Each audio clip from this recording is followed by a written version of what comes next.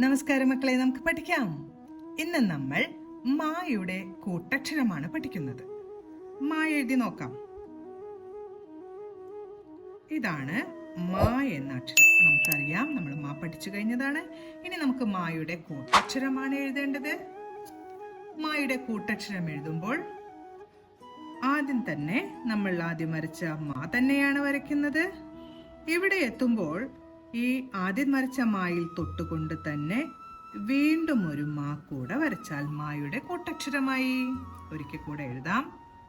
ആദ്യം നമ്മളൊരു മാ വരച്ചു. ഇവിടെ എത്തുമ്പോൾ വീണ്ടും ആദ്യത്തെ മായിൽ തൊട്ടുകൊണ്ട് ഒരു മാ കൂടെ വരച്ചാൽ മായുടെ കൂട്ടക്ഷരമായി. മ എന്ന് ഉറച്ചുവച്ചിരിക്കണം. രണ്ടു മാകൾ കൂടി ചേരുമ്പോഴാണ് മ എന്ന കൂട്ടക്ഷരമാകുന്നത്.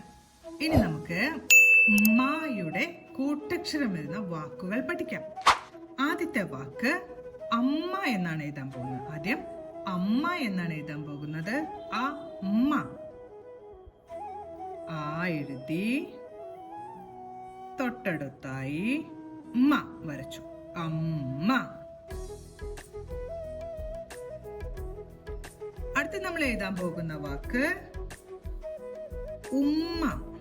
ഊ എഴുതി മായുടെ കൂട്ടക്ഷരം എഴുതി ഉമ്മ. അടുത്ത് നമ്മൾ എഴുതാൻ പോകുന്ന വാക്ക് മമ്മി എന്നാണ്. മാ രണ്ടാമത്തെ മാ ഉറച്ചാണ് ഉച്ചരിക്കുന്നത്, അതുകൊണ്ട് നമുക്ക് കൂട്ടക്ഷരം എഴുതണം. ഉമ്മ, മമ്മി. അപ്പൊ ഇന്ന് നമ്മൾ ഉമ്മ എന്നതിന്റെ കൂട്ടക്ഷരമാണ് പഠിച്ചത്. ഉമ്മ വരുന്ന വാക്കുകളായ അമ്മ, ഉമ്മ, മമ്മി എന്നീ വാക്കുകൾ എഴുതാനും പഠിച്ചു.